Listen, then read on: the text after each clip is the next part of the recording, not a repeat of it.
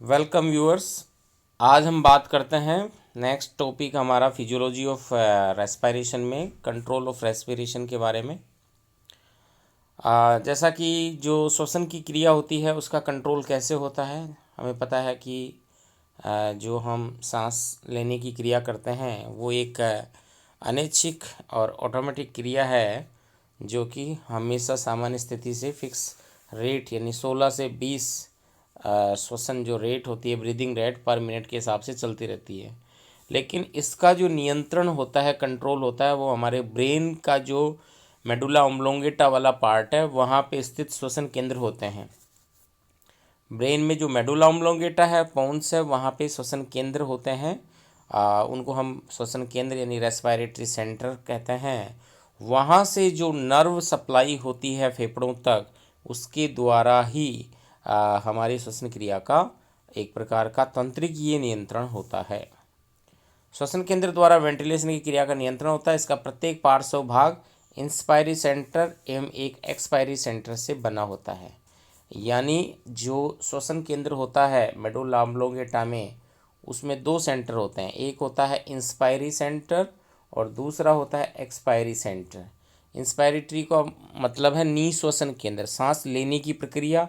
Expiratory का मतलब होता है उच्च श्वसन यानी बाहर निकालने की प्रक्रिया, यानी फेफड़ों से हवा बाहर निकालना एक्सपायरेशन और फेफड़ों के अंदर हवा लेना इंस्पायरेशन कहलाता है। तो वो देखते हैं, ये दो केंद्र पास पास होते हैं। पहला होता है डोर्सल रेस्पिरेटरी ग्रुप, पृष्ठ श्वसनकारी समूह। वो बैक साइड में उपस्थित होता है, पीछे की तरफ होता है, पृष्ठीय सतह पे होता है मेडुला ऑब्लोंगेटा की। इसे इंस्पायरेटरी सेंटर कहते हैं, निःश्वसन केंद्र कहते हैं। प्रमुख नियंत्रणकारी केंद्र है। ये केवल निःश्वसन का नियंत्रण करता है यानी इंस्पायरेशन का नियंत्रण करता है। ये पृष्ठभाग में स्थित होता है और विश्राम अवस्था में होने वाली श्वसन क्रिया का नियमन करता है। श्वसन के प्रारंभ में अंतःश्वसन केंद्र की तंत्रिका कोशिकाएं बाह्य इंटरकोस्टल मसल्स को संकुचन हेतु उत्तेजित करती हैं। जो फेफड़ों के अंदर एक्सटर्नल इंटरकोस्टल मसल्स होती हैं वो संकुचित होती हैं और उनके संकुचन से जो आपका डायफ्राम जो होता है और उसके ऊपर जो पसलियाँ होती हैं वो ऊपर की तरफ जाती हैं, जिससे कि जो गुहा है, थोरेसिक कैविटी है, उसका आयतन बढ़ जाता है। उसके आयतन बढ़ने से हवा है वो ऑटोमेटिकली अंदर चली जाती है। तो ये कार्य करती हैं इंस्पायरेटरी सेंटर से निकली हुई नर्व द्वारा। इसी के साथ डायफ्राम की रेडियल पेशियों में संकुचन होता है, जिससे डायफ्राम गुम्बद आकार से चपटे आकार में हो जाता है, जिससे फेफड़ों के आयतन में वृद्धि होने पर इनमें उपस्थित वायु का दाब बाहरी वातावरण की अपेक्षा कम हो जाता है, जिससे बाहरी वायु अंदर ग्रहण कर ली जाती है और उस क्रिया को हम बोलते हैं इंस्पायरेशन। जैसा कि मैंने पहले बताया कि इस प्रकार से जो फेफड़ों में ये नीचे की तरफ डायफ्राम होता है, ये जब चपटा हो जाएगा तो वक्ष गुहा का आयतन बढ़ जाएगा और आयतन बढ़ने से वायुदाब कम हो जाता है, तो हवा है वो बाहर से अंदर आ जाती है। तो दो काम होते हैं, जो डायफ्राम होता है वो गुम्बद आकार से चपटे आकार में हो जाता है और जो पसलियाँ होती हैं, स्टर्नम होती है, वहाँ जो एक्सटर्नल इंटरकोस्टल मसल्स होती हैं वो संकुचित होकर रिब्स को बाहर की तरफ क्या करती हैं, बाहर की तरफ प्रसारित करती हैं, जिससे कि जो वक्ष गुहा है, थोरेसिक कैविटी है, उसका आयतन बढ़ जाता है, उसका जो क्षेत्रफल है बढ़ जाता है। ओके, फेफड़ों के ऊतकों में विशेष प्रकार के रिसेप्टर सेंटर पाए जाते हैं जो फेफड़ों में वायु ग्रहण पर उत्तेजित हो जाते हैं। इनके उत्तेजन से उत्पन्न हुए इम्पल्स वेगस नर्व के तंतुओं द्वारा रेस्पिरेटरी सेंटर तक पहुंचते हैं और ये एक्सपायरेटरी सेंटर अंतःश्वसनी केंद्र या इंस्पायरी सेंटर के इनहिबिटरी इम्पल्स भेजता है, जिससे अंतःश्वसन बंद हो जाता है।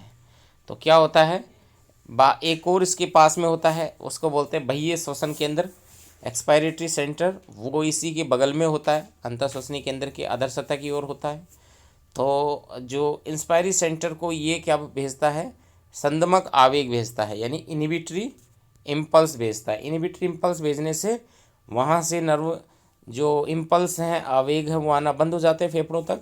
तो ऑटोमेटिकली जो है वो ये संकुचन है वो बंद हो जाता है। संकुचन बंद हो जाने से ये जो मसल्स हैं वो वापस अपनी पूर्व स्थिति में आ जाती हैं और जो फेफड़ों का आयतन कम हो जाता है और हवा बाहर निकल जाती है। इस क्रिया को बोलते हैं Hering Breuer reflex, Hering Breuer प्रतिवर्त क्रिया। जैसे अब इसमें जैसा हम देखते हैं, अंतःश्वसन के बंद होते ही बहिःश्वसन की क्रिया संपन्न होती है।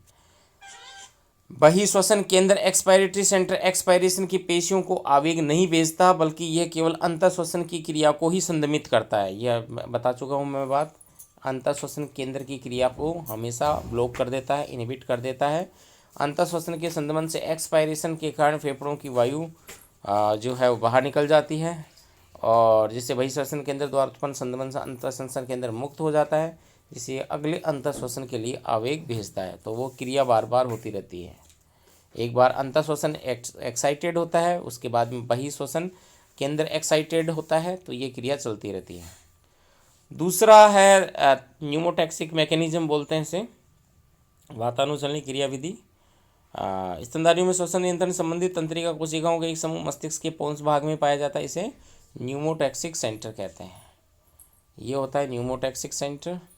और न्यूमोटैक्सिक सेंटर जो है ये एक प्रकार का पोन्स में पाया जाने वाला इंस्पायरेटरी सेंटर होता है। एक दूसरा होता है, इसको बोलते हैं एपन्यूस्टिक सेंटर, ये एक्सपायरेशन सेंटर होता है। इस क्रिया के अनुसार जब अंतःश्वसन को प्रारंभ करने के लिए मेडुला ओम्बलेंगेटा का अंतःश्वसन केंद्र अपनी क्रिया प्रारंभ करता है, तो ये न्यूमोटैक्सिक सेंटर को भी आवेग भेजता है। इस केंद्र से आवेग बहिःश्वसन केंद्र तक भी भेजता है। बहिःश्वसन केंद्र उत्तेजित होकर अंतःश्वसन केंद्र को, जैसे मैंने कहा, अभी संदमित कर देता है। अंतःश्वसन केंद्र की क्रिया रुक जाती है। ये वातानुचलन और बहिःश्वसन केंद्र दोनों ही आवेग भेजना बंद कर देता है। इस कारण अंतःश्वसन केंद्र बहिःश्वसन केंद्र की क्रिया से पूर्ण रूप से मुक्त हो जाता है। ये न्यूमोटॉक्सिक सेंटर केवल जो श्रम के समय ही सक्रिय होता है। तो यहाँ पे ये जो सेंटर होता है वो हमेशा पोन्स में, जब आदमी शारीरिक श्रम करता है, तब जब आदमी दौड़ लगाता है, उस वक्त ये क्रिया, ये जो न्यूमोटॉक्सिक सेंटर है पोन्स में स्थित है, वो एक्टिवेट होता है, जिसके कारण से श्वसन की क्रिया संपन्न होती है। दूसरा है रासायनिक नियंत्रण कैसे होता है। क्या कुछ केमिकल्स के सिक्रीशन से भी श्वसन की क्रिया प्रभावित होती है। Let's see. ऑक्सीजन, CO2 एवं हाइड्रोजन आयन का संधारण भी श्वसन क्रिया का नियंत्रण करते हैं। CO2 एवं H+ की अधिकता सीधे ही श्वसन केंद्र को प्रभावित करती है। इनकी अधिकता से इंस्पायरेटरी और एक्सपायरेटरी पेशियों के संकुचन में वृद्धि होती है। इंस्पायरेटरी पेशियाँ कौन सी होती हैं? External intercostal muscle, expiratory internal intercostal muscles. और वेंटिलेशन की दर बढ़ जाती है। ऑक्सीजन की मात्रा सीधे ही श्वसन केंद्र को प्रभावित नहीं करती, बल्कि कैरोटिड और एओर्टिक बॉडी में रिसेप्टर्स पाए जाते हैं जो कीमो सेंसिटिव होते हैं। जैसे ही ब्लड में ऑक्सीजन की कमी होती है, तो हमारे जो महाधमनी चाप है वहाँ पे कुछ ग्राही केंद्र होते हैं, रिसेप्टर होते हैं, कीमो सेंसिटिव होते हैं। वो क्या करते हैं, ब्लड में जो ऑक्सीजन की यदि कमी है तो वो एक्टिवेट हो जाते हैं। उनके एक्टिवेट होने से या ब्लड में H+ आयन की सांद्रता बढ़ने से या CO2 की सांद्रता बढ़ने से हमारा जो ब्रेन के इंस्पायरेटरी और एक्सपायरेटरी सेंटर है वो उत्तेजित हो जाते हैं, इंस्पायरेटरी सेंटर, और वो क्या करते हैं, आवेग भेजते हैं मसल्स को, जिससे कि तुरंत है वो एक्सटर्नल इंटरकोस्टल मसल्स और जो डायफ्राम की रेडियल मसल्स हैं उनमें संकोचन शुरू हो जाता है और आदमी सांस लेने लग जाता है। जैसा कि मैंने पहले बताया आपको कि जब आदमी आराम की अवस्था में होता है तब केवल डायफ्राम की रेडियल मसल्स काम करती हैं, और जब आदमी एक्सरसाइज करता है, कोई श्रम करता है, तब उसकी जो रिब्स के साथ जुड़ी हुई पेशियों, पसलियों के साथ जुड़ी हुई मसल्स होती हैं, जिनका नाम होता है इंटरकोस्टल मसल्स और एक्सटर्नल इंटरकोस्टल मसल, ये नाम होता है इंटरकोस्टल मसल्स। तो ये जो मसल्स होती हैं ये वहाँ पे एक्टिवेट होती हैं, जो कि डायफ्राम और फेफड़ों जो होते हैं उनके आयतन को बढ़ा देती हैं। डायफ्राम को जो डोम शेप होता है उसको फ्लैट अवस्था में है वो रेडियल मसल्स करती हैं। बॉडी की कीमोसेंसिटिव सेल रुधिरीय धमनी रुधिर के सामान्य PO2 पे सक्रिय होती है। हेल्डन ने मैमल्स के ब्लड में उपस्थित CO2 की मात्रा द्वारा श्वसन नियंत्रण का अध्ययन किया।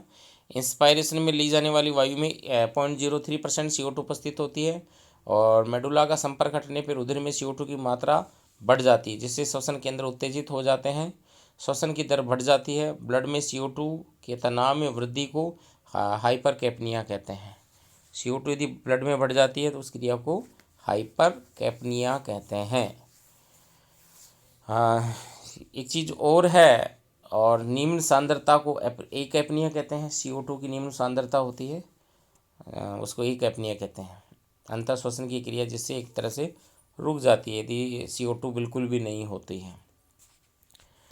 तो जो लोग जनरली बंद कमरों में अंगीठी जलाकर सोते हैं सर्दी के दिनों में, वहाँ कार्बन मोनोऑक्साइड बन जाती है और कार्बन मोनोऑक्साइड ऑक्सीजन की तुलना में कई गुना है वो हीमोग्लोबिन से जल्दी बाइंड होती है। तो कार्बन मोनोऑक्साइड के जुड़ने से ऑक्सीजन जो है डिसोसिएशन कर्व जैसा कि हम पढ़ते हैं वो विस्थापित हो जाता है, अर्थात ऑक्सीजन की ज़्यादा डिमांड हो जाती है लेकिन ऑक्सीजन नहीं होती है। CO कार्बन मोनोऑक्साइड है वो हीमोग्लोबिन से बाइंड हो जाती है। इस स्थिति में आदमी को पता नहीं लगता और उसकी डेथ भी हो जाती है। रेस्पिरेटरी इक्वेशन की बात करते हैं। नेक्स्ट टॉपिक है हमारा श्वसन गुणांक की इकाई समय में जंतु द्वारा निष्कासित CO2 के आयतन तथा उसके द्वारा यूज की गई ऑक्सीजन के अनुपात को क्या कहते हैं? श्वसन गुणांक या श्वसन भागफल कहते हैं, रेस्पिरेटरी क्वोशिएंट कहते हैं। कि कितनी CO2 है वो काम में आती है, कितनी ऑक्सीजन प्रयुक्त होती है। CO2 कितनी निर्मुक्त होती है किसी भी फूड सब्सटेंस के ऑक्सीकरण से। तो जैसे हमें पता है कि ग्लूकोज का हम जब ऑक्सीडेशन करते हैं तो 6 वॉल्यूम ऑक्सीजन है वो यूज़ होती है, 6 वॉल्यूम ऑक्सीजन काम आती है। जैसा कि ये फार्मूला है C6H12O6 6O2 equal to 6 CO2 और 6 H2O प्लस एनर्जी। इसलिए कार्बोहाइड्रेट का जो श्वसन गुणांक होता है वो 1 होता है। वसा है, प्रोटीन है, इनका जो श्वसन गुणांक है वो हमेशा 1 से कम होता है क्योंकि ऑक्सीजन ज़्यादा लगती है और जो CO2 है वो कम निकलती है। तो 0.7 0.8 है वसा का सबसे कम, प्रोटीन का 0.8 और मिक्स डाइट का 0.85 होता है। और 1 से अधिक भी श्वसन गुणांक होता है वो कार्बोनिक एसिड का होता है। जो कुछ कार्बोनिक एसिड्स वगैरह होते हैं उनका श्वसन गुणांक 1 से अधिक होता है। जब RQ का मान 1 से अधिक होता है तभी देखा जाता है कार्बोहाइड्रेट से वसाओं का संश्लेषण होता है। कार्बोहाइड्रेट से वसा बनती है तब श्वसन गुणांक 1 से अधिक होता है। इसके विपरीत R का मान 0.7 से कम होता है तो इसका मतलब है कि प्रोटीन वसाओं से कार्बोहाइड्रेट्स का निर्माण हो रहा है। ये भी हमें पता होना चाहिए। अब हम बात करते हैं एयर वॉल्यूम की। एयर वॉल्यूम हमारे फेफड़ों की क्षमता क्या क्या है, कैसे हम जो है हवा का आयतन कितना हम फेफड़ों में ले सकते हैं, उस आधार पे कुछ टर्म्स हैं जैसे टाइडल वॉल्यूम क्या होता है, इंस्पायरेटरी रिजर्व वॉल्यूम क्या होता है, एक्सपायरेटरी रिजर्व वॉल्यूम क्या होता है, वाइटल कैपेसिटी क्या होती है, टोटल लंग कैपेसिटी क्या होती है। चलो वो डिस्कस करते हैं। तो पहला है टाइडल वॉल्यूम क्या होता है। टाइडल वॉल्यूम का मतलब होता है कि हम सामान्य अवस्था में एक इंसान कितनी हवा को अंदर लेता है फेफड़ों में, कितनी छोड़ता है। तो सामान्य अवस्था में फेफड़ों द्वारा ली जाने वाली, बाहर निकाले जाने वाली जो हवा का आयतन है उसको हम टाइडल वॉल्यूम कहते हैं। तो ये नाम टाइडल या हिंदी में ज्वारीय आयतन क्यों कहते हैं, क्योंकि आपको पता है कि टाइड जो होता है जो समुद्रों में है वो पानी किनारे की तरफ आता है और फिर वापस चला जाता है। तो उसी प्रकार से यहाँ पे जो है फेफड़ों में हवा जो है वो कितनी अंदर ली जाती है और कितनी बाहर छोड़ी जाती है उसको हम टाइडल वॉल्यूम कहते हैं। तो ये होती है 500 ml, 500 ml, 500 मिलीलीटर जो हवा है वो एक सामान्य व्यक्ति श्वसन क्रिया में लेता है और छोड़ता है। दूसरा है इंस्पायरेटरी रिजर्व वॉल्यूम IRV, अर्थात टाइडल वॉल्यूम की अपेक्षा जितने अधिक वायु हम अभ्यास से एक बार की सांस में ग्रहण कर सकते हैं उसे IRV कहते हैं। ये 2.5 लीटर तक होती है, यानी हम हमारे फेफड़ों में पूरा जोर लगा के कितनी हवा ले सकते हैं। जैसा कि योगासन में प्राणायाम जब करते हैं तो हम जो है अनुलोम विलोम जो है उस क्रिया में कितनी ऑक्सीजन, कितनी हवा है बाहर फेफड़ों में ग्रहण करते हैं अभ्यास के द्वारा या हम पूरा जोर लगा के, तो उस में जो मैक्सिमम हवा अंदर आती है वो होती है 2.5 लीटर 2500 ml। इसे कहते हैं इंस्पायरेटरी रिजर्व वॉल्यूम। उसी प्रकार जो मैक्सिमम हवा बाहर छोड़ेंगे वो कहलाती है एक्सपायरेटरी रिजर्व वॉल्यूम, और ये लगभग 1500 ml होती है ERV। अर्थात अंदर ज़्यादा आ सकती हवा लेकिन बाहर जाती थोड़ी कम है, वो 1500 ml है, बाकी अंदर 1000 ml के लगभग फेफड़ों में रहती है।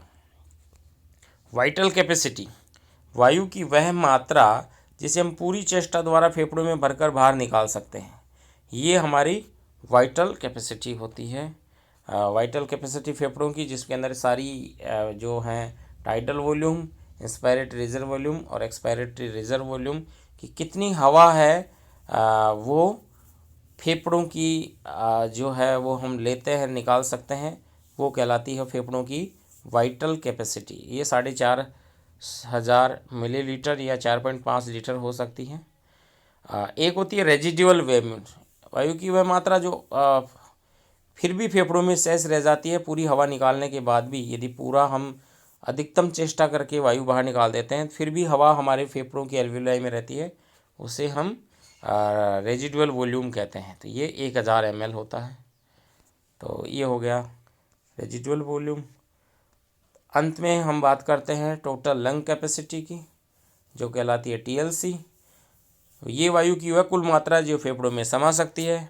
वाइटल कैपेसिटी तथा रेजिडुअल वॉल्यूम का योग जो है वो दोनों को जोड़ दें तो ये कहलाता है TLC, टोटल लंग कैपेसिटी। तो लगभग हमारे फेफड़ों की क्षमता 5.5 लीटर जो वायुमंडलीय ऑक्सीजन है उसको ग्रहण करने की होती है, और उसमें नाइट्रोजन जो 79% होती है वायुमंडल में, ऑक्सीजन लगभग 20%, और बाकी बची हुई अन्य गैसें, इनर्ट गैसें और कार्बन डाइऑक्साइड 0.03% होती है, वो हमारे फेफड़ों में जाती है। तो ये था हमारे लंग्स का रेगुलेशन, रेस्पायरेशन का रेगुलेशन और लंग्स की capacity. Thank you very much.